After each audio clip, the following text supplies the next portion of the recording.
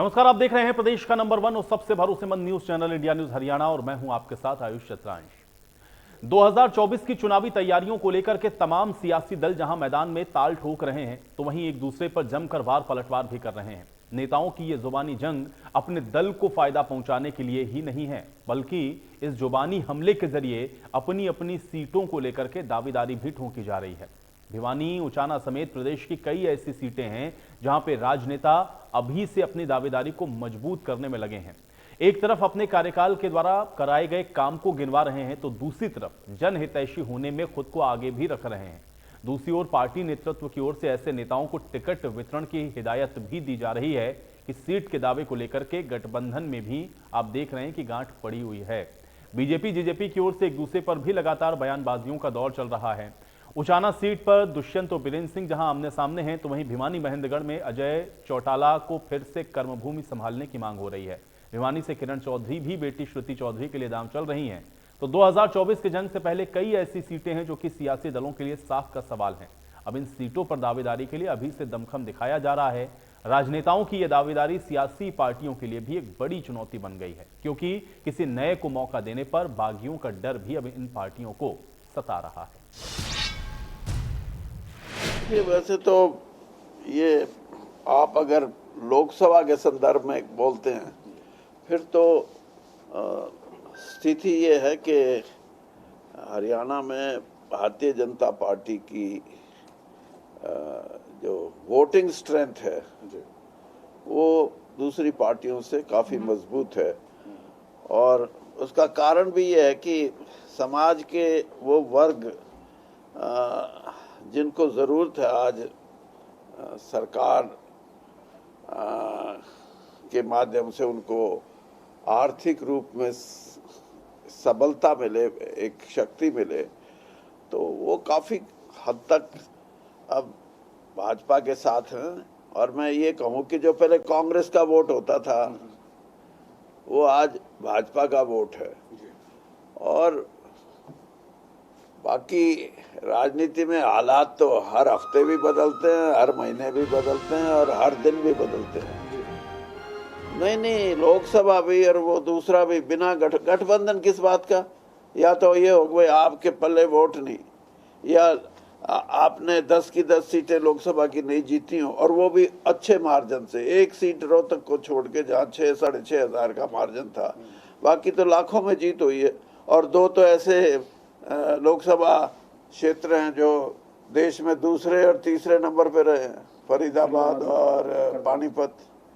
तो इससे बड़ी बात फिर आप ये पूछो कि जी गठबंधन का तो सवाल तब होता है जब आपको कहीं ये लगता है कि गठबंधन से आपको लाभ होगा। अब 10 सीटें हरियाणा में, गठबंधन कर लोगे तो 11 तो नहीं हो सकती।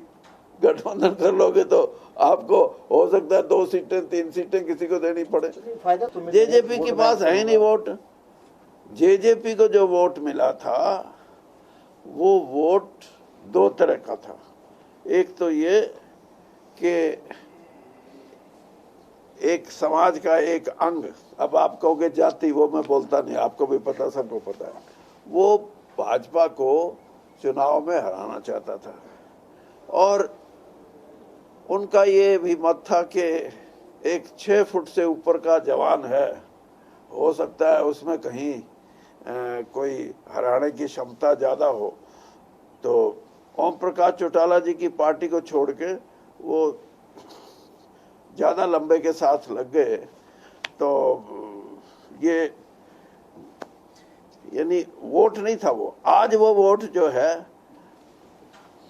क्योंकि गठबंधन का मतलब तो यही हुआ ना कि जो उनको वोट मिला है वो कुछ बीजेपी को भी दिलवाएं। अगर गठबंधन है, आज उनके पास नहीं है तो बीजेपी को कहां से दिलवाएंगे? अच्छा, आपको लगता है कि आज गठबंधन सबसे बड़ी चुनौती भारतीय जनता पार्टी के लिए है? कोई चुनौती नहीं है हरियाणा के परिप्रेक्ष्य में।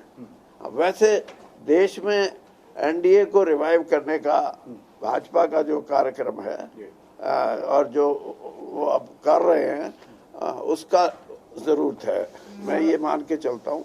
लेकिन ये हर राज्य की अलग अलग परिस्थिति है। ताला यही चाबी खोलती रहेगी, मगर उसके लिए अगले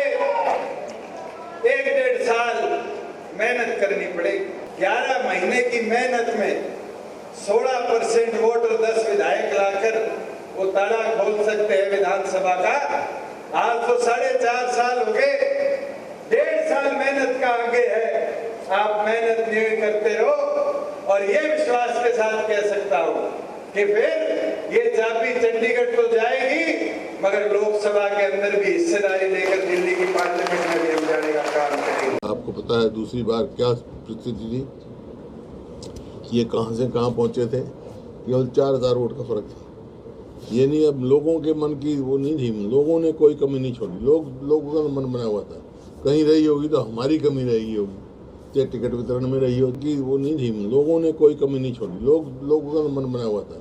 कहीं रही होगी तो हमारी कमी रही होगी, चाहे टिकट वितरण में रही हो, चाहे और कहीं रही हो।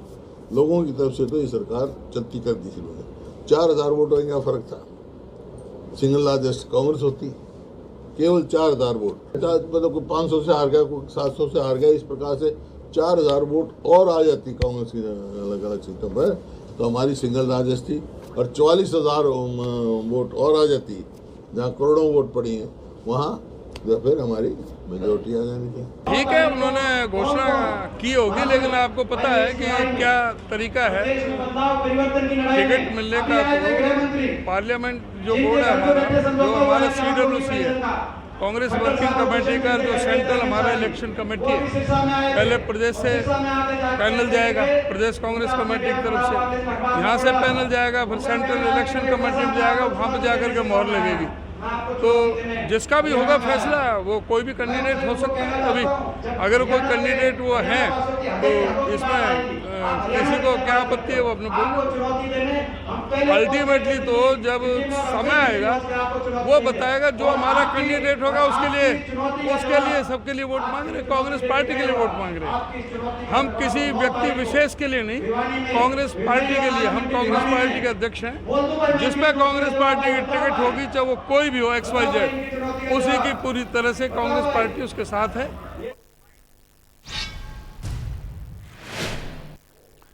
तो 24 का चुनाव है, लेकिन टिकट की दावेदारी को लेकर के अलग अलग पार्टियों में इस समय किस तरह का घमासान है, आपने अभी इन बयानों के जरिए देखा है और समझ भी रहे होंगे। अब आज की बड़ी बहस के सवाल भी इसी से संबंधित हैं, उस पर नजर डालते हैं, फिर आगे की चर्चा में बढ़ेंगे। सवाल आज की बड़ी बहस का पहला यही है कि अपने अपने ऐलान हैं, फिर क्या 2024 में घमासान होगा। सवाल ये भी है कि टिकट के दावेदारों से ये जो पार्टियां हैं वो कैसे निपटेंगी, क्योंकि अलग अलग आप देख रहे हैं कि जो दावे हैं वो किए जा रहे हैं, जबकि सीटें की हैं। सवाल ये भी है कि 2024 के चुनाव में जो किंग मेकर की भूमिका है, आखिर वो कौन निभाने वाला है, ये भी अपने आप में बेहद महत्वपूर्ण है। तो इन्हीं तमाम महत्वपूर्ण सवालों के साथ आज की चर्चा की शुरुआत करते हैं। सभी मेहमान मेरे साथ जुड़ गए हैं, पहले उनका परिचय आपके साथ करवा देते हैं।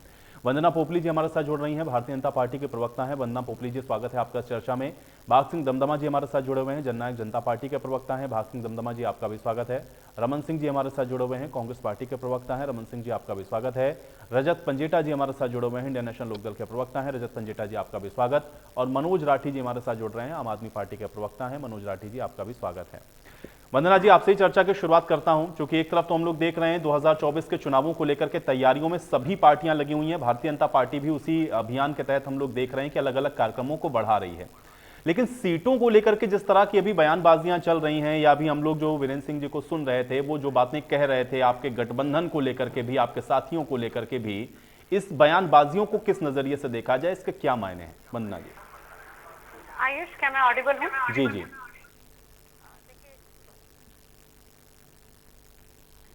बयान सुना रहे थे और आपने यहाँ पर भी कहा कि पार्टियों के बीच में घमासान है टिकट को लेकर। हमारी पार्टी में ऐसा कोई घमासान नहीं है।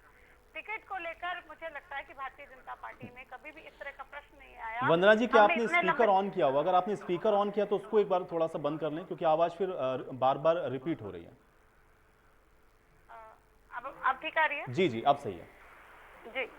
तो जहाँ तक यहाँ पर टिकट की बात हो रही है, तो मैं ये जानती हूँ और हमारी पार्टी का प्रत्येक कार्यकर्ता जानता है कि कमल का फूल हमारा प्रत्याशी होता है।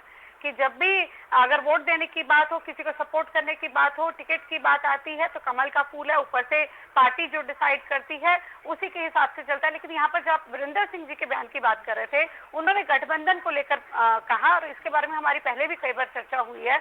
हमारा 4th पोल अलायंस था, हमारा इलेक्शन से पहले का अलायंस नहीं था। 5 साल तक जो सरकार चलनी थी उसके लिए अलायंस था। 3.5 साल तक हमने बहुत अच्छे से सरकार चलाई है, आगे भी चलाएंगे, लेकिन जब इलेक्शन आएंगे 2024 में तब क्या स्थिति रहेगी वो तो हाईकमांड उस समय तय करेगा। इसके लिए मुझे लगता है कि अभी इसके बारे में कुछ कहना संभव नहीं है। अब उस समय इस स्थिति में हम ये कह सकते हैं कि हमें अपनी 90 सीटों की तैयारी करनी है विधानसभा के लिए, 10 सीटों की तैयारी करनी है लोकसभा की। और जहां तक मैं जानती हूं, आपने भी बयान सुना होगा दुष्यंत जी का, उन्होंने भी कहा है कि हम भी 10 की 10 सीटों की तैयारी कर रहे हैं। तो ये घमासान वाली स्थिति नहीं है, यहाँ पर टिकटों को लेकर कोई घमासान नहीं है। हाँ, हमारी पार्टी में लोकतंत्र जरूर है, उन्होंने अपना विचार रखा है कि गठबंधन के साथ जाना चाहिए या नहीं जाना चाहिए, लेकिन अल्टीमेटली जो हमारा हाई कमांड है वही तय करता है कि इन फ्यूचर हम गठबंधन में रहेंगे या नहीं रहेंगे। लेकिन हमने 2024 तक का जो इनके साथ ठीक है वंदना जी, गठबंधन देखिए, अभी किया तो था वो बहुत गठबंधन बड़ी आपका ढंग से प्रदेश चल रहा के है। स्तर पर तो चल ही रहा है, और प्रदेश के चुनाव से पहले चूंकि लोकसभा के चुनाव होने हैं, अब 10 सीटों को लेकर के अगर वीरेंद्र सिंह ये बात कह रहे हैं कि भाई गठबंधन की आवश्यकता तो वहां होती है जहां पे पार्टी कमजोर हो। अब 10 की 10 सीटों का वो आंकड़ा दे रहे थे, कहते 2 सीटें तो उसमें ऐसी हैं जहां पर आपने देश के अंदर रिकॉर्ड बनाया कि आप सर्वाधिक मतों से वहां पर जीत रहे हैं, तो फिर गठबंधन की आवश्यकता तो आपको है नहीं। तो फिर ये कम से कम 10 सीटों पर तो भारतीय जनता पार्टी लड़ेगी। उनके इस स्टेटमेंट को हम लोग कैसे देखें, क्योंकि उधर तो जेजेपी भी कह रहे हैं कि नहीं हम भी 10 सीटों के लिए तैयार हैं। देखिए, मुझे लगता है ये तो बहुत ही क्लियर है। उन्होंने अपनी स्थिति स्पष्ट करी है, पार्टी की स्थिति को बताया कि हम यहाँ पर बहुत स्ट्रांग हैं। हमारे नेता नरेंद्र मोदी जी हैं और नरेंद्र मोदी जी विश्व गुरु के रूप में जिस प्रकार से भारत को लेकर जा रहे हैं, भारत को आगे बढ़ा रहे हैं, जिस प्रकार से उनकी पॉपुलैरिटी है पूरे भारत वर्ष में, हरियाणा में, तो उस लिहाज से आप भी इसको मानेंगे कि सबसे मजबूत इस समय हम इस स्थिति में हैं। तो गठबंधन के साथ नहीं जाना चाहिए। उन्होंने एक अपना व्यू दिया है, अपना एक विचार रखा है, पार्टी इसके बारे में कंसिडर करेगी, लेकिन जो डिसीजन है वो तो बाद में ही होगा। ये पार्टी के हाथ में, पार्टी डिसीजन लेगी, इसमें तो कोई इफ एंड बट वाली बात ही नहीं है। ठीक है। भाग सिंह दंदमा जी, एक तो उचाना सीट को लेकर के बहुत ज्यादा चर्चा लगातार हो रही, हम लोग देख रहे हैं दोनों तरफ से, आपकी पार्टी के भी नेता और उधर से वीरेंद्र जी भी बार बार कहते रहते हैं, और अब तो लोकसभा सीटों को लेकर के भी उन्होंने बड़ी बात कह दी जिसमें वो कह रहे हैं कि गठबंधन की कोई आवश्यकता कम से कम लोकसभा के परिप्रेक्ष्य में नहीं। कैसे देखेंगे इस बयान को आप? देखिए, जो वीरेंद्र सिंह जी बयान दे रहे हैं ये उनकी पार्टी का मामला है। मेरा मानना जहां तक है कि ये फैसले संगठन करता है, और आज वीरेंद्र सिंह जी ना तो संगठन में कहीं पे दायित्व है उनके पास और ना ही कोई फैसला करने की स्थिति। यदि वीरेंद्र सिंह जी की इतनी अहमियत होती तो वो तो पहले दिन से इस बात को कह रहे हैं। ये उनकी वहां पर्सनल टीस हो सकती है कि वहां वो चुनाव हारे हैं, तो यदि गठबंधन में इकट्ठे होते हैं तो सबसे पहले उन्हें अपनी सीट पे खतरा लगता है। तो इस प्रकार का बयान, यदि जिस प्रकार से उस बयान पे काफी डिबेट हुई, जो विप्लव देव जी का बयान आया था, किस संदर्भ में आया, वो काफी चीजें क्लियर हो चुकी थी। लेकिन जब माननीय मुख्यमंत्री जी और माननीय उप मुख्यमंत्री जी ने गठबंधन के बारे में क्लियर कह दिया था कि हमारा गठबंधन 5 साल के लिए और 5 साल ये गठबंधन चलेगा। आगे चुनाव की स्थिति में होते हैं, गठबंधन में होते हैं, तो भी गठबंधन में लड़ने के लिए सभी कार्यकर्ता दोनों पार्टियों के तैयार है, भारतीय जनता पार्टी के, जननायक जनता पार्टी की। यदि चुनाव अलग अलग होता है तो कार्यकर्ता उस हिसाब से भी तैयार बैठे हैं कि वो चाहे लोकसभा का चुनाव हो चाहे विधानसभा का चुनाव। वो जिस प्रकार से वंदना जी ने अभी, मेरी बहन ने कहा है कि हमारा इलेक्शन था जो वो प्री पोल नहीं पोस्ट पोल अलायंस हुआ, तो इसमें कोई दो राय नहीं है। पोस्ट पोल अलायंस था, 5 साल के लिए हमारा गठबंधन हुआ था। ये आगे किस प्रकार से चलता है, किस प्रकार से क्या फैसले होते हैं, इसको करने का अधिकार, मेरा मानना है कि जो मैं बता रहा हूं कि माननीय मुख्यमंत्री मनोहर लाल खट्टर जी, प्रदेश अध्यक्ष और केंद्रीय नेतृत्व, और हमारी तरफ से माननीय उप मुख्यमंत्री दुष्यंत चौटाला जी, डॉक्टर अजय सिंह चौटाला जी और प्रदेश अध्यक्ष सरदार निशांत सिंह जी, ये इस चीज के ऊपर कोई टिप्पणी करते हैं तो इनके बहुत बड़े मायने हैं। इस प्रकार से तो किसी पार्टी में जिस प्रकार से भी बात की, उचाना की किया, एक संगठन की दृष्टि से यदि आप सोचे, शायद दर्शक भी सुनने इस बात को आए कि जब विप्लव देव जी जहां तक है जींद में गए तो वो वहां पर क्या बयान देते जाकर, वो ये बयान देते कि भाई हम चुनाव तो नहीं लड़ेंगे यहां से, लेकिन आप तैयार हो जाओ। संगठन किस चीज के लिए तैयार करता वहां जाकर? इस प्रकार हमारी करनाल के अंदर मीटिंग होती है तो हम अपने करनाल के कार्यकर्ताओं से आह्वान करते हैं कि आप 2024 के चुनाव के लिए तैयार रहें। वो जब बाद में जिस चीज के फैसले होते हैं कि कौन कौन सी सीट, और ये सीटें कुछ इस प्रकार की क्लैरिटी तो दमदमा जी हो जानी चाहिए ना, क्योंकि अगर आप लोग उसी इलाके में जाकर के जिन सीटों की सबसे ज्यादा चर्चा है अगर वहां पे रैलियां कर रहे हैं तो कम से कम ये क्लैरिटी हो जाए कि आप लड़ रहे हैं या वो लड़ रहे हैं। गठबंधन में इतनी तो पारदर्शिता कम से कम होनी चाहिए। ये आज का विषय ही नहीं है कि आज क्लैरिटी कर कोई चले कि किसके पास कहां। संगठन जहां भी चले जाते हैं हर पार्टी अपने संगठन को बनाना चाहती है, संगठन को और विस्तार करना चाहती है, संगठन बढ़ाना चाहती है।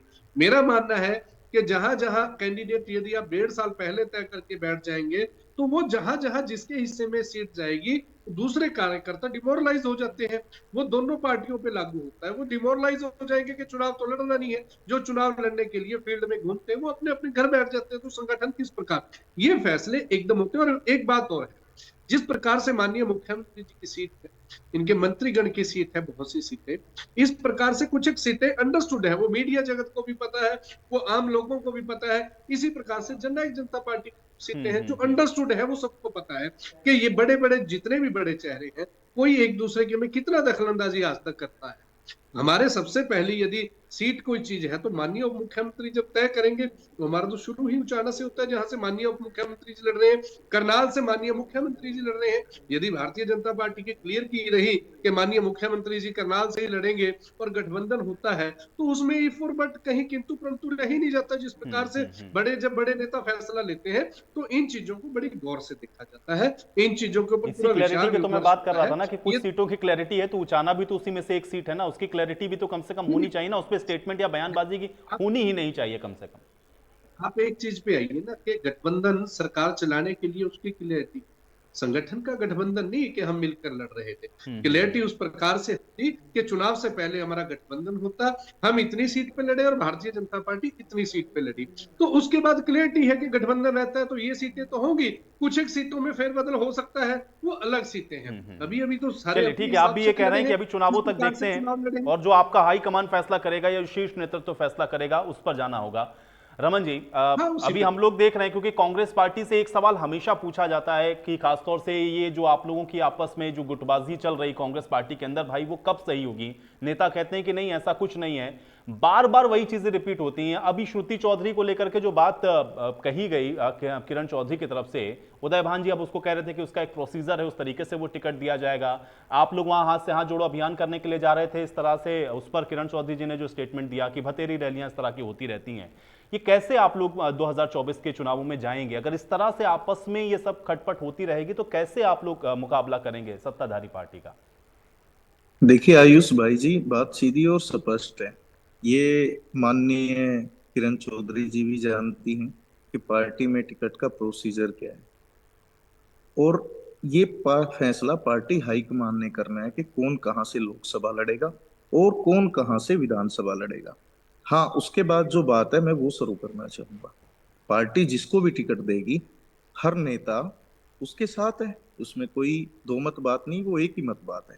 चलो आज का डिबेट है जो ये दोनों पार्टियों में चलता है, आज का जो डिबेट है वो ये है कि 2024 का लोकसभा चुनाव, उन मुद्दों पे भी चर्चा होनी चाहिए। ठीक है, बीजेपी जेजेपी में भी कुछ टकराव हैं, बातें वो सब चलती रहती हैं, पॉलिटिकल है, लेकिन 24 पार्टी के बारे में भी तो बात होगी ना। 2024 का लोकसभा चुनाव मैंने आपको पार्टी का संगठन है, उसमें संगठन को लेकर के भी लगातार आप लोगों की तरफ से भूपेंद्र हुड्डा ने भी कहा इस बात को कि हमारी 19 में कमियां रही तो टिकट वितरण की, और दूसरा ये कि संगठन नहीं था और अभी तक संगठन नहीं है आपके पास में। ऐसा है, मैंने आपको कहा ना, टिकट बांटने का संगठन का जो प्रोसीजर है वो पार्टी हाईकमान और स्टेट नेतृत्व मिलकर करता है। लेकिन उसके बाद जो आज का डिबेट है वो 24 पे भी तो है। 24 का चुनाव जो है, कैंडिडेट के बाद भी तो उसमें बहुत सारी बातें हैं कि किन मुद्दों पे लड़ा जाएगा, जिसमें आप बिल्कुल आए, मुद्दों से मुझे कोई एतराज नहीं, आप विपक्षी होने के नाते खूब मुद्दे उठाइए। मैं ये कह रहा हूं पार्टी के लिहाज से, क्योंकि दमदमा जी से भी मैंने उनकी पार्टी के बारे में पूछा, मुद्दे का जिक्र यहां पर भी नहीं हुआ। पोपली जी ने भी बताया कि पार्टी में क्या चल रहा है, कैसे वो जा रहे हैं। तो मैं आपसे पूछ रहा हूं, संगठन नहीं है आपके पास, नेता आपके टिकट को लेकर किस तरह की बयानबाजियां कर रहे हैं, सार्वजनिक तौर पर कह रहे हैं, कैसे मुकाबला करेंगे? मैं ये जानना चाह रहा हूं। आपने शायद अच्छी तरह से नहीं सुना, मैंने उस पर बताया तो है आपको कि ये फैसला पार्टी हाईकमान करेगी कि कौन कहां से लोकसभा लड़ेगा और कौन कहां से विधानसभा लड़ेगा। रहा जहां तक सवाल संगठन का, संगठन है, प्रदेश अध्यक्ष भी हैं, उनके नीचे जिलों में टीमें भी हैं, सारी चीजें हैं। जहां तक जो आपका मेन सवाल है कि संगठन आप लोग जो कहते हो, अगर संगठन नहीं है तो रमन एक कांग्रेस पार्टी का प्रवक्ता बन के कैसे बैठा, ये भी तो संगठन की देन है। जो विपक्ष भटकाने के लिए बातें करता है उससे एक कदम आगे भी बढ़ना चाहिए। मैंने दोनों सवालों के जवाब दिए। तीसरा जो संगठन मेन तो अभी सवाल भी है नहीं वो भी बना। सुन आपके लीजिए। प्रदेश अध्यक्ष कल भी यही बात कह रहे थे। आज भूपेंद्र हुड्डा जी ने कहा कि हमारे पास संगठन हाँ नहीं है, ठीक है, प्रोसेस अगर में ठीक है, नहीं अभी मैंने कहा प्रोसेस में ना, है। जो आयुष जी जहां पे नहीं बना वो भी बन जाएगा, इतनी हमें बना लेंगे, आप इतनी चिंता ना करें। दूसरी बात, जो आज 24 को लेके आज ये आपने डिबेट रखा है कि लोकसभा चुनाव, ठीक है, कैंडिडेट दोनों पार्टियों के आ जाएंगे, सारी चीजें आ जाएंगी, सभी पार्टियों के आ जाएंगे, लेकिन उसके बाद जो लोकसभा चुनाव है वो भी तो एक मुद्दा होगा। उसमें क्या क्या हुआ है पिछले इस 9 साल की सरकार में, जो खट्टर साहब और डबल इंजन की जेजेबी की सरकार है, उसमें किसानों के मुद्दे भी तो होंगे। उसमें किसानों को जो C2 या दुगनी आय का फार्मूला था वो भी सामने आएगा। उसके बाद कर्मचारियों के मुद्दे हैं, हर विभाग का कर्मचारी धरने पे है, लाठियां खा रहा है, धरने दे रहा है, ठीक है। उसके बाद कानून व्यवस्था चरमसार है, आज कहीं भी किसी पे कोई गोली चला ले देता है, किसी से फिरौती मांग लेता है। ये कानून व्यवस्था कैसी है इस हरियाणा में। उसके बाद रोजगार को लेके भी 24 में एक मुद्दा रहेगा कि युवाओं के जो आज लगभग 2 लाख पद खाली पड़े हैं, उनको सरकार ने किस हिसाब से निचोड़ के रख दिया। 30-30 बार अगर इस प्रांत में युवा बच्चों के पेपर लीक होंगे तो सरकार की मानसिकता पे सवाल तो उठेंगे। कैंडिडेट आएंगे, सभी पार्टियों के आएंगे, आयुष जी, डिबेट भी चलते रहेंगे, लेकिन 24 को लेके अगर आपने जो डिबेट किया उसमें स्टेट के भी तो मुद्दे होंगे। उनको कहा, ये तो ठीक है, विपल देव जी ने क्या कहा, चौधरी बीरेंद्र जी ने क्या कहा, किरण जी ने कहा, ये पार्टियों के अंदरूनी मामले हैं, ये चलते रहेंगे। इसमें के सिवा एक कदम आगे भी बढ़ना चाहिए। हमें जो जनता हमसे उम्मीद रखती है, हमारे भी पिछले 10 साल रहे हैं कांग्रेस के माननीय भूपेंद्र सिंह हुड्डा के, और अब माननीय खट्टर जी के भी 9 साल रहे हैं। उन दोनों पे अच्छी तरह से डिबेट भी होने चाहिए, लोगों को भी समझना चाहिए कि सरकार की कमियां कहाँ रही हैं, और जग जाहिर है किसानों पे जो तो रमन जी, लाठियां एक भी डिबेट बरसाएगी, मुझे जो बता दीजिए, जनपद में मेरे साथ ही आप पता नहीं कितनी डिबेट में जुड़े, एक भी डिबेट बता दीजिए जिसमें आपने इन मुद्दों का जिक्र ना किया हो। कब ऐसा होता हाँ, है फिर जब आप मुद्दे इसका जिक्र नहीं हरियाणा के, करते, या मैं आपको जिक्र करने मैंने से रोकता हरियाणा, हूं? लेकिन आपकी पार्टी के बारे में भी तो थोड़ा पूछना बनता है ना भाई, सब ऑल इज वेल है कि नहीं, मैं, क्या तैयारी है हाँ आपकी, ठीक ये भी है तो हम आयुष जी, पूछेंगे ना। प्रदेश की जनता भी ये जानना आयुष चाहती जी, है, कमियां आयुष दूर जी, करी मैं आपने 19 बिल्कुल, वाली की नहीं? आयुष जी, मैं वो कमियों पे भी जाना चाहूंगा, और मैं आप जो जवाब चाह रहे हैं मैं वो भी आपको पहले भी दे चुका हूं, दोबारा दे देता हूं। ये फैसला पार्टी हाईकमान ने करना है कि कौन कहां से लोकसभा लड़ेगा, कौन कहां से विधानसभा लड़ेगा। हाँ, उसके बाद जिस भी कैंडिडेट का नाम आएगा पूरी पार्टी उसके साथ खड़ी है। ऐसे तो आज मैं भी कह दूं कि करनाल से मैं भी लोकसभा लड़ूंगा, ठीक है, कांग्रेस की खूबसूरती है, कोई कुछ भी कहे, ठीक है ना, इसमें कोई ऐसी बात नहीं है। ऐसे तो दुष्यंत चौटाला जी भी कहते हैं मैं उचाणा से लड़ूंगा, चौधरी बीरेंद्र परिवार भी कहता है, ये ठीक है, आज स्वतंत्र है आदमी अपनी बात रखने के लिए, लेकिन ये फैसला पार्टियों में बैठ के होता है। सभी पार्टियों के अपने संगठन है, चाहे बीजेपी हो या कांग्रेस हो। मैंने स्पष्ट कहा है कि पार्टी फैसला करेगी कि कौन लोकसभा का उम्मीदवार कहां से होगा, और जो भी होगा पूरी पार्टी उसकी मदद करेगी। मैंने आपको स्पष्ट बताया। ठीक है पंजेटा जी, ठीक है, ये पार्टियां सब अपनी अपनी बात कर रही पंजेटा जी, लेकिन अब चूंकि जिस सीट का हम लोग जिक्र कर रहे थे उस सीट को लेकर के अभय चौटाला जी ने भी, ओपी चौटाला जी ने भी कहा कि वो दोनों कैंडिडेट जो बयानबाजियां कर रहे हैं, अगर वो एक साथ भी चुनाव लड़ने तब भी इंडियन नेशनल लोकदल वहां से इस बार जीतेगी। आधार इसका क्या है? और दूसरा ये है कि 2024 की तैयारी कैसी है इंडियन नेशनल लोकदल की?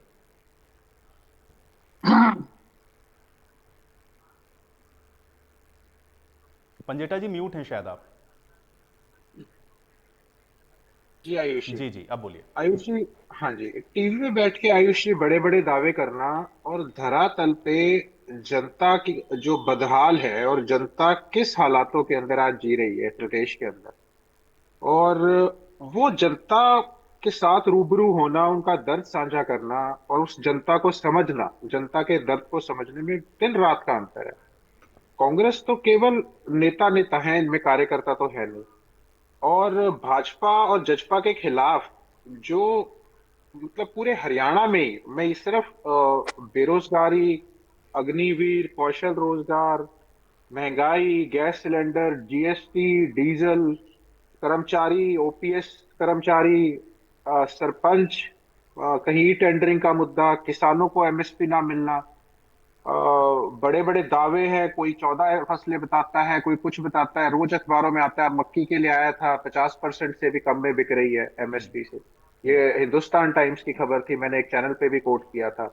उसके बाद और फसलों में कभी नमी पे काटते हैं, कभी तोल अधिक करते हैं, कभी क्लस्टर लॉस है, कभी झरना लगाते हैं। किसानों को तो मतलब आय इन्होंने कहा था दुगनी करेंगे, ये तो इनके मैनिफेस्टो में था। ओपीएस का मुद्दा था, बहुत से ऐसे मुद्दे हैं जब धरातल पे जाते हैं तो आप ये बताइए आयुष जी, मैं आपको बताऊंगा, जहां हमारी यात्रा निकल रही है, पैदल चल रहे हैं, सड़कों का तो भट्ठा बैठा हुआ है। प्रदेश में पानी की आज तक समस्या है, बिजली की समस्या है। तो हम वो जब जाते हैं जनता के बीच, वो बताते हैं जी, कभी स्कूल के अंदर पानी देखिए जी कैसे टपक रहा है, बरसात में hospital, local dispensary, PHC centre, आप ठीक है रजवाए हम अपने समय पंजेटा जी, कितने ये तो बना गए मुद्दे थे। की बात हो मैं गई। कंक्लूड मुद्दे मैं तो जो आप कंक्लूड बता करा रहे हैं वही अभी रमन जी भी बता रहे थे और वही अभी यहाँ पे राठी जी भी बताएंगे। मैं ये जानना चाह रहा मैं हूँ कि आपको इंडियन नेशनल हाँ लोक जी दल की खुद की तैयारी क्या है, क्योंकि इन मुद्दों के साथ साथ तो आप लोग गए थे 19 के भी चुनाव में, उसके पहले के चुनावों में भी किसान हमेशा से केंद्र में रहा राजनीति के, हमेशा से नौजवान केंद्र में रहा राजनीति के, लेकिन उसके बावजूद भी जनता या फिर जो पार्टियां हैं वो अलग अलग तरीके से जनता को कन्विंस करती हैं। आपका आधार क्या है, इस बार की तैयारी क्या है, मैं ये जानना चाह रहा हूं पंजेटा जी। जी आयुष जी, मैं आपको, जो हमारी यात्रा शुरू हुई थी 24 फरवरी से, वो हमारी तैयारी का ही हिस्सा था कि हम जनता से ज्यादा जुड़ के जनता का दुख साझा करें, जनता को बताएं कि इंडियन नेशनल लोकदल की सरकार में आपका प्रदेश का खजाना भरा हुआ था, ग्रांट मिला करती थी करोड़ों रुपए की, सड़कें पक्की थी, मूलभूत सुविधाएं थी, कैसे वर्ल्ड क्लास स्टेडियम दिए हैं, स्पोर्ट्स कॉम्प्लेक्स दिए हैं इंडियन नेशनल लोकदल की सरकार के अंदर। सारा मतलब आप ये बताइए, अगर कंपैरिजन करें कर्ज को लेके, कांग्रेस से कर लो चाहे भाजपा से कर लो, आज प्रदेश में इतना कर्ज किस बात का है? अगर इंडियन नेशनल लोकदल के टाइम में काम हो सकता था बिना मतलब स्टेट में इतने कम पैसे के अंदर, तो इतना 4 लाख करोड़ किस बात के लिए चाहिए था? आप ये बताइए। और जनता के बीच में आप कहते हैं जाए, जनता तो इनको, आप फूटी आंख नहीं भारी, इससे बिल्कुल विपरीत रिजल्ट होंगे जो 2019 के थे, उससे बिल्कुल विपरीत रिजल्ट होंगे। आपको मैं यहाँ टीवी पे चैनल पे बैठ के दावा करके बता रहा हूं आयुष जी, दावा करके, जो रोष 750 किसान जो शहीद हुए, उस समय भाजपा कहां खड़ी थी, जजपा कहां खड़ी थी? आप एक बात बताइए, कहां दोनों का स्टैंड क्या था? अभी आज तक किसान पिट रहा है, कर्मचारी पिट रहा है, सरपंच पिट रहा है, खिलाड़ी पिट रहा है, क्या स्टैंड है आप बताइए? संदीप सिंह इनकी पार्टी का आज तक तो उसको ये कर नहीं पाए। जनता के बीच में बहुत बहुत भारी रोष है ये अगर आप ये इन टोटलिटी देखें। लेकिन अगर यहाँ थोड़े कम शब्दों में 2 बातें और कहना चाहूंगा। यहाँ भाजपा के प्रवक्ता ने सीधा सीधा चौधरी बीरेंद्र सिंह जी की बात को बैक किया, जो कि एक पार्टी के प्रवक्ता के तौर पे बनता भी है, लेकिन उससे बिल्कुल विपरीत कुछ समझाने की कोशिश कर रहे हैं। यहाँ जो जजपा के मेरे मित्र बैठे हैं, जजपा के मेरे मित्र ने केवल एक सवाल किया था कि आप जनता को कैसे कन्विंस करेंगे कि आज आप एक दूसरे के साथ बैठे हो, जब भाजपा के खिलाफ वोट मांग के आए थे कि हम अगला चुनाव गठबंधन में लड़ेंगे। वो आज तक गठबंधन अभी भी इसमें समझाने की कोशिश कर रहे हैं किस सीट पे कौन लड़ेगा नहीं लड़ेगा किसी तरीके से। और हर जजपा के नेता, भाजपा के नेता ने यही कहा है हर बार कि हम अकेले लड़ेंगे। क्या आप एक बात बताइए, क्या हैसियत नहीं पूछी गई विप्लव देव जी की? किस तरह बेइज्जत करने का काम किया जजपा के नेताओं द्वारा? सीधा हैसियत पूछी गई। उसके बाद पूछा गया कि ये प्राइमरी मेंबर है एक एमपी को। उसके बाद किसी के पेट में दर्द की बात कही, कहीं वहम निकालने की बात कही, कहीं कोई इमेच्योर बयान कहता है, कभी कहता है कोई 4-4 दीदी मिलके लड़ ले, तब भी हम बता देंगे। एक से एक पर्सनल अटैक किए गए और सीधा सीधा इनके प्रभारी के, भाजपा के। और उसके बाद ये आज बोल रहे हैं कि भाई हम जो है किसी सीट पे हम नहीं लड़ेंगे, सीएम की सीट पे हम नहीं लड़ेंगे, उप मुख्यमंत्री की सीट पे वो नहीं लड़ेंगे। आप गठबंधन में किस बात क्यों? जनता किस केवल सिर्फ एक बात जानना चाह रही है। मैंने भी कई बार ये पूछा क्लैरिटी वाली बात, लेकिन ठीक है, पार्टी के प्रवक्ता हैं, वो अपनी अपनी बात को रख रहे हैं। मैं एक बार फिर से आऊंगा उसी मुद्दे पर, लेकिन मैं राठी जी का रुख कर लेता हूँ। राठी जी, आम आदमी पार्टी की तैयारी क्या है, जरा बताइए, क्योंकि पार्टियां अपनी अपनी तैयारियों में लगी हुई हैं। यहाँ तो सीटों को लेकर के भी लोग अपने अपने दावे ठोक रहे हैं, लेकिन आम आदमी पार्टी कहां स्टैंड करती है इन सबके बीच में?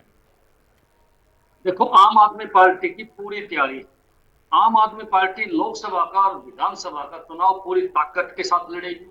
आम आदमी पार्टी ने ब्लॉक स्तर का संगठन तैयार कर दिया है और हमारा संगठन जो है वो गांव और बूथ स्तर तक हम लेके जाएंगे। हम एक एक घर में जाएंगे, एक एक मतदाता के पास जाएंगे और जाके आम आदमी पार्टी अपनी नीतियां उनको बताएगी कि आम आदमी पार्टी किस प्रकार काम करती है। आम आदमी पार्टी कट्टर ईमानदार पार्टी है। आम आदमी पार्टी के नेता अरविंद केजरीवाल, हमारे राष्ट्रीय अध्यक्ष हैं, वो कितने कट्टर ईमानदार है, किस प्रकार काम करते हैं। कोई बेईमान अगर नेता पार्टी के अंदर आ भी जाए या बेईमानी करती पकड़ा जाए तो सीधा जेल में भेजते हैं। ये सारी बातें हम जनता को बताएंगे और दूसरी तरफ जेजेपी और बीजेपी के काम भी उनको दिखाएंगे। मैं तो बार बार कहूं बीजेपी जेजेपी वालों से कंपटीशन करो काम का, मजा आएगा। क्या आमने सामने बैठो, आप अपने काम लेके आओ, हम अपने काम लेके आएंगे। कि किस प्रकार हमने दिल्ली के अंदर शिक्षा में सुधार किया है, नए स्कूल बनाए हैं, प्राइवेट स्कूलों से बढ़िया रिजल्ट सरकारी स्कूल का पढ़ाया है, लाखों बच्चों का भविष्य हमने ठीक किया है। मैं तो कहूंगा एक बात और कि आप प्राइवेट हॉस्पिटल की नींव रखते हो बीजेपी जेजेपी के नेता, लेकिन अरविंद केजरीवाल और आम आदमी पार्टी की सरकार सरकारी हॉस्पिटलों की नींव रखती है, मोहल्ला क्लिनिक को नींव रखती है और लोगों को फ्री में इलाज देने का काम करती है, फ्री में टेस्ट देने का काम करती है। 400 प्रकार के टेस्ट दिल्ली के अंदर फ्री। कोई इनसे पूछे, इनके सिविल हॉस्पिटल के अंदर तो डॉक्टर भी नहीं है। सबसे बड़ी बात क्या है कि हम चाहते हैं कि काम के ऊपर राजनीति हो। हमारी सरकार 1 साल हुई पंजाब में आते हमने कर्मचारियों की ओपीएस बहाल करी, पुरानी पेंशन बहाल करी, कर्मचारियों को हमने पक्का करेगा 53,000 कर्मचारियों को 1 साल में 35,000 लोगों को रोजगार दिया।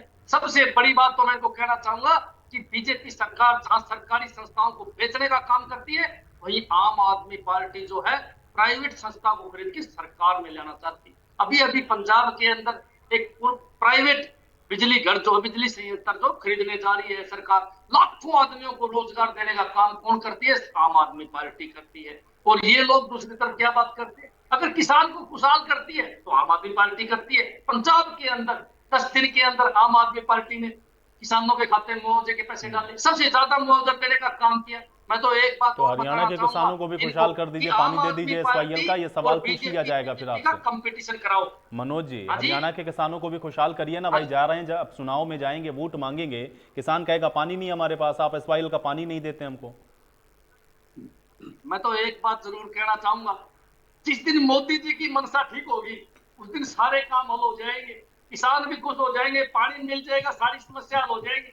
सारी दुनिया को पता है कि किस प्रकार केंद्र के अंदर बैठी सरकार नहीं चाहती कि किसान खुशहाल हो। इसीलिए आज सारा का सारा हरियाणा का किसान इनके डीसी दफ्तरों के बाहर बैठा है। हिसार के डीसी दफ्तर के बाहर बैठे हुए किसान को 1 महीना लगभग हो गए, सिर्फ मुआवजे की मांग है, और वो भी कंपनी धोखाधड़ी करने लग रही है। रिलायंस कंपनी ने धोखाधड़ी करी है। धरना देने के बाद मैं आपको बताना चाहूंगा 250 करोड़ तो रिलीज कराया कंपनी ने दबाव में, और 750 करोड़ रुपए किसानों का पैसा खा रखा कंपनी ने। एक बात बताओ, कोई नेता बोलने की हिम्मत नहीं करता कंपनी के खिलाफ। इसलिए सरकार कौन चला रहा है? सरकार तो पर्दे के पीछे कंपनी। चलिए ठीक है, आपकी तैयारी भी है और मुद्दे भी तैयार हैं आपके। अब आप ये कह रहे हैं कि आप इन्हीं मुद्दों के साथ जा रहे हैं। एक बात पूरी कर देता हूँ। मैं इनसे पूछना चाहूंगा, क्या ये जनता को गिनाएंगे कि हमने महिलाओं का जो शोषण हुआ, महिला खिलाड़ियों का जो शोषण हुआ, उनको गिरफ्तार नहीं करा हमने? संदीप सिंह हो, नहीं, वो तो जनता इनसे पूछ लेगी भाई, वो तो जनता पूछेगी, उसका ये जवाब यही देंगे। वंदना जी, ठीक है, वो जनता सब पूछेगी भाई। अभी तो चुनाव में जाएंगे तो जनता सब पूछेगी। ठीक है। आपने कहा आपका संगठन भी तैयार है। आपने कहा कि केंद्र में अगर मोदी की सरकार रहेगी या मोदी जी जिस दिन चाह जाएंगे उसी दिन ये होगा, वरना एसवाईएल का पानी नहीं मिलने वाला। ठीक है, वंदना जी। देखिए आयुष, अभी मनोज जी की बात ही मैं शुरू करूंगी। इन्होंने पूरी की पूरी बात मोदी जी पे टाल दी। ये मुझे लगता है कि इनकी पार्टी के प्रवक्ताओं की, नेताओं की पुरानी आदत यही है कि जो भी जहां पर भी ये फंस रहे होते हैं सीधा सीधा मोदी जी पे डाल देते हैं। मैं बार बार इनसे पूछती रही कि ये भारतीय हरियाणा के आम आदमी पार्टी के प्रवक्ता हैं, ये कम से कम अपना स्टैंड बता दें। एसवाईएल का स्टैंड क्या है? आज तक रिकॉर्ड है इनके, ना किसी नेता ने ना किसी प्रवक्ता ने अपना स्टैंड नहीं बताया। स्टैंड छोड़िए, चलिए ये बता दीजिए। आप मोदी जी पे सारी बात डाल रहे हैं, मंशा बता रहे हैं, मुझे इतना बता दीजिए आपने एफर्ट क्या किए? एसवाईएल का पानी हरियाणा में लाने के लिए एफर्ट क्या थे? कोई एक एफर्ट आप यहाँ पर गिनवा दीजिए, एक कोशिश आप गिनवा दीजिए कि आपने यहाँ पर कोशिश की हो कि हरियाणा का पानी को बीच में नहीं। 10 साल में आपका एक एफर्ट आप 10 साल में गिना दो। आपने कोई 10 साल का काम करा बताओ। सेंटर में आपकी सरकार है, पंजाब में। ठीक है राठी जी। अरे भाई राठी जी, अगर ये नहीं कर पाए तो आप तो कर सकते हैं। अगर आप कर देंगे तो मुझे लगता है कि प्रदेश की जनता आपके साथ आ जाएगी। आपका ठीक ना, है, अब मैंने इनकी पूरी बारी इनसे है। सुना। पूछो आप अब ठीक है सच राठी में जी, सुन राठी लो। जी, अभी ठीक है, अभी वंदना जी का अब समय है। सुन लो। ठीक है, आपको अब समय सच दिया में- मैंने। हाँ ठीक है, अब वंदना जी। सच भी सुन लेना चाहिए। यहाँ पर ये बड़ी बड़ी बातें कर रहे थे। आप ये बताइए, इतने सारे ये वायदे कर आए, इतनी सारी ये बातें यहाँ पर करते हैं, मुझे इतना बता दीजिए पंजाब और दिल्ली में क्या कारण है कि बिजली के रेट बढ़ाने पड़ गए? यहाँ पे शिक्षा की बार बार बात करते हैं, आतिशी जी हैं, इनकी दिल्ली और शिक्षा पंजाब मंत्री में है, फिर 600 बोले बीच यूनिट में। 2 महीने में इसको म्यूट करिए, इनको म्यूट करिए। आयु नहीं नहीं राठी जी, राठी जी, ऐसे नहीं, ऐसे नहीं। 600 यूनिट बिजली डर फ्री गए, है। अरे डर राठी झूठ जी, मत गए, बोलो। मनोज राठी भाई जी, डर गए। इतने आरोप झूठ लगाए, मत बोलो। इतने आरोप लगाए वंदना जी ने, बहुत धैर्य झूठ मत पूर्वक बोलो। सुना, लेकिन अब उधर से जवाब आ रहा है, तब आपको फिर आप पता उसका है, काउंटर नहीं, ऐसे नहीं, डर ऐसे नहीं, गए। ऐसे नहीं, सुनिए सुनिए। बिजली फ्री है पंजाब और मनोज जी, केजरीवाल मनोज जी सुनिए के पहले, हो, ये समय की खराबी है, केजरीवाल मनोज जी, ये के समय की हो। खराबी है, केजरीवाल मनोज जी, ये के समय की हो। खराबी है, सुनना झूठ मत सीखिए बोलो। मनोज जी, थोड़ा सुनिए। काउंटर करो, झूठ अरे बोलो। सुनिए नहीं, ये सुनिए क्या सुनिए, करें? मनोज जी सुनिए, तो पहले सुनिए। आप इतनी देर से बोल रहे थे, आपके झूठ को मैंने सुना, सच सुनते ही आपको तकलीफ हो गई। कृपया करके पूरी बात एक सुनिए, झूठ निकाल के अपनी दिखा दो, बारे में बता दिए। बोलना। मैं बता रही हूँ ना, सुनेंगे तभी तो। आपकी आतिशी जी जाती है स्कूल के अंदर, वीडियो बनता है, वो बताती है स्कूलों का कितना बुरा हाल है। मुझे तो कुछ कहने की जरूरत ही नहीं है। आपकी शिक्षा मंत्री दिखा रही थी वीडियो, आपको भी भेज वो दूंगी। एनसीडी के स्कूल सुन है, लो भैया, एनसीडी के। सुन लो आप भैया, द्वारा सुन बनाए। लो भैया, सुन लो भैया, सुन लो, सुन लो, सुन लो। वो आपके ही स्कूल थे, दिल्ली के स्कूल हैं। अब आप इसको गिनिए, ये एमसीडी के नहीं, MCD के। ये थे। अरे अरे, बहाने बनाने में तो आप उस्ताद हैं, सबको मालूम है। अभी ठीक पूरा कर देंगे, भारत तो चिंता जानता मत है। करो आप। ठीक है पूरा वंदना जी, भारत ठीक है, जानता है। हाँ। कांग्रेस की एक कसम सेकंड खा के मनोज जी, अब कांग्रेस सुनिए के भाई, साथ- हाँ, बच्चों वंदना। की कसम खा के कांग्रेस के साथ गए, हम सबको मालूम है। गुरुजी का क्या हाल किया, हम सबको मालूम है। यहाँ पे मैं एक बात और कहना चाहूंगी कि अभी मैं कांग्रेस के प्रवक्ता की बात को सुन रही थी। आप संगठन को लेकर बार बार प्रश्न पूछ रहे थे, लेकिन वो कह रहे थे कि ऑप्शन दे दो, कोई और प्रश्न पूछ लो, इस प्रश्न का जवाब तो हम नहीं दे पाएंगे। जिस प्रकार जी हुड्डा जी विड्रॉ कर गए ना, वो कह रहे कि ये मेरा आखिरी चुनाव है, इस तरह से इनके प्रवक्ता भी कहीं ना कहीं विड्रॉ करते जा रहे हैं। यहाँ पर ये बार बार कह रहे हैं कि मुद्दों की बात करें, लेकिन संगठन के मामले में क्या कहते हैं कि विपक्ष जो है वो यहाँ पर भटका रहा है। अब शैलजा जी विपक्ष में है, वो स्वीकार करें, क्योंकि शैलजा जी कह रही हैं कि हमारी सबसे बड़ी कमी है हमारा संगठन नहीं है। हुड्डा जी कह रहे हैं, किरण चौधरी जी कह रही हैं, इनके सारे लीडर अगर कह रहे हैं, हमने तो कुछ नहीं कहा इनके संगठन को लेकर, इनके ही लीडर कह रहे हैं। अगर आप उनको विपक्ष मानते हैं तो बहुत अच्छी बात है, हम तो पहले से ही मानते हैं इस चीज को कि आप सब आपस में विपक्ष हैं और आपस में ही एक दूसरे के आमने सामने खड़े रहते हैं। जहां तक मुद्दों की बात है, रमन सिंह जी आपने यहाँ पे बड़े सारे मुद्दे गिनवाए, थोड़े से मैं भी गिनवा देती हूँ, आपको बता देती हूँ। आप ओपीएस की बात कर रहे थे, बहुत सारी चीजों की यहाँ पर बात कर रहे थे। हिमाचल प्रदेश में सैलरी नहीं है देने को और वायदा करते हैं ओपीएस का। कर्नाटका में फ्री बिजली की बात करते हैं, आते ही 2.79 रुपए बढ़ा देते हैं। वहीं पर जब आप पेट्रोल और डीजल बढ़ाते हैं तो जयराम रमेश जी से प्रश्न पूछा जाता है कि ऐसा क्यों है कि आप पेट्रोल डीजल के रेट बढ़ने के अगेंस्ट बात करते रहे और आपने आते ही डीजल के रेट बढ़ा दिए। तो जयराम रमेश जी क्या कहते हैं कि जाके मुख्यमंत्री जी से पूछे, ये प्रश्न मेरे से पूछने की आवश्यकता नहीं है।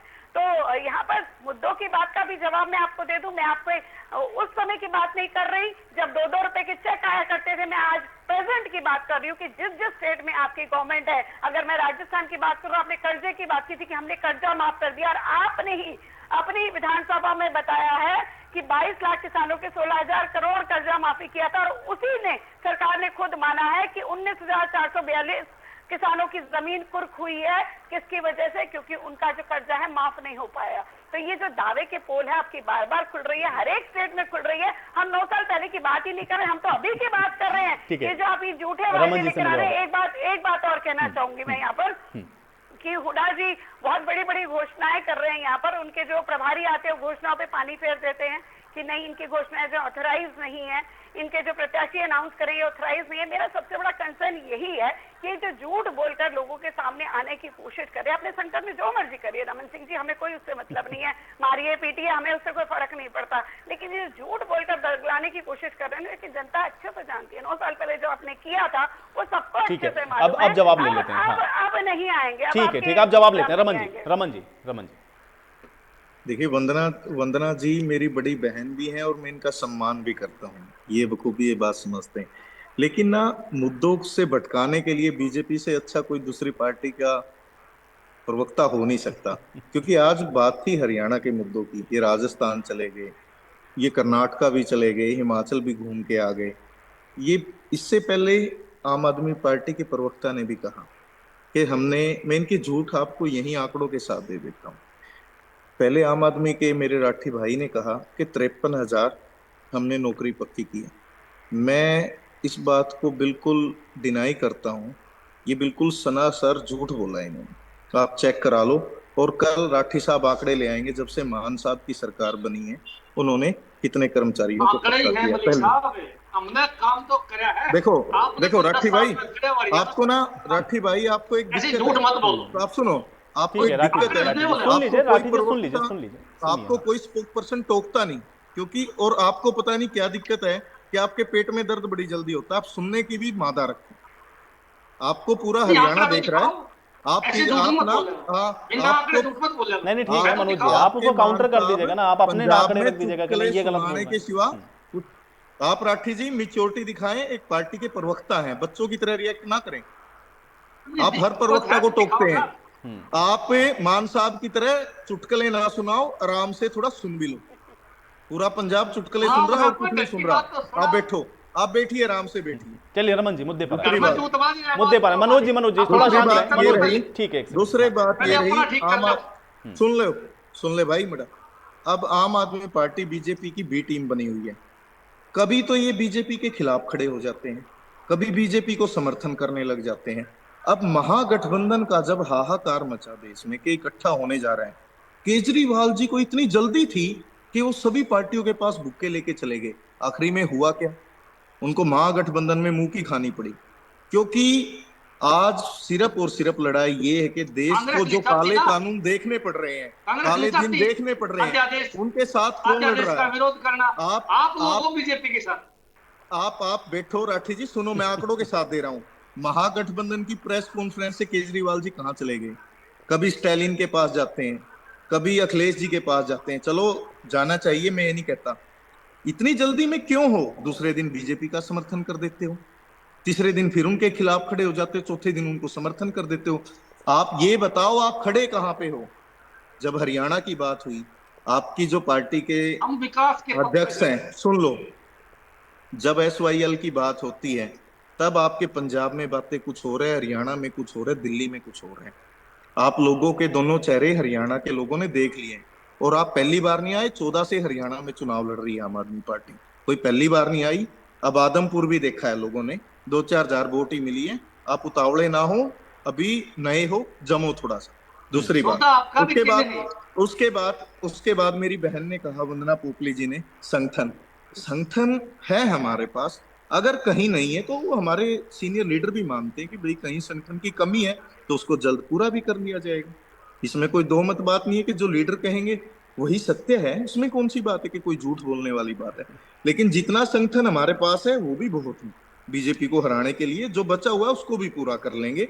दूसरी बात, मेरी बहन को वंदना जी ने कहा कि कर्मचारियों को हिमाचल में देने के लिए सैलरी नहीं है। इन्होंने बिल्कुल सफेद झूठ बोला है, ऐसा कुछ नहीं है। अगर कोई आंकड़े हैं उनके पास सच से, तो वो दिखाएं, कल को फिर डिबेट रख लो। मैं उस बात पे माफी मांगूंगा अगर वो सच बोल रहे हैं तो। दूसरी बात, उन्होंने हिमाचल की सैलरी को लेके कही थी, मैंने उसका भी जवाब दे दिया। दोबारा से डिबेट रख लेना, बहन ले आएंगे वंदना जी, हम दोबारा देख लेंगे इस बात को। ऐसा कहीं नहीं है, सबकी सैलरी टाइम पे और ठीक मिल रही ठीक है। चलिए मुझे लगता है ये प्रदेश की जनता पे अब मैं ये छोड़ देता हरियाणा हूं। के मुद्दों से, ठीक है आयुष जी, हरियाणा के मुद्दों नहीं से हरियाणा के मुद्दे ही रहेंगे और हरियाणा में है तो हम हरियाणा की ही चर्चा करेंगे। और इसीलिए आज मैंने आप लोगों की पार्टियों की तैयारियों के विषय में जानने की कोशिश की ताकि जनता भी समझे कि आप लोग कितना तैयार हैं। अब समय मेरे पास नहीं है, शुक्रिया आप लोग का समय निकालने के लिए, चर्चा का हिस्सा बनने के लिए। तो तैयारियां पार्टी अपने अपने स्तर पर बता रही हैं कि वो कर भी रही हैं, जो तैयारियां रह गई हैं उसको और तेज गति के साथ पूरा किया जा रहा है। लेकिन सवाल बड़ा महत्वपूर्ण यही है कि इस बार 2024 का चुनाव है, उसमें कौन सी पार्टी जनता के दिल में जगह बना पाती है, ये देखना बहुत महत्वपूर्ण होगा। आज बड़ी बहस में मेरे साथ फिलहाल इतना है।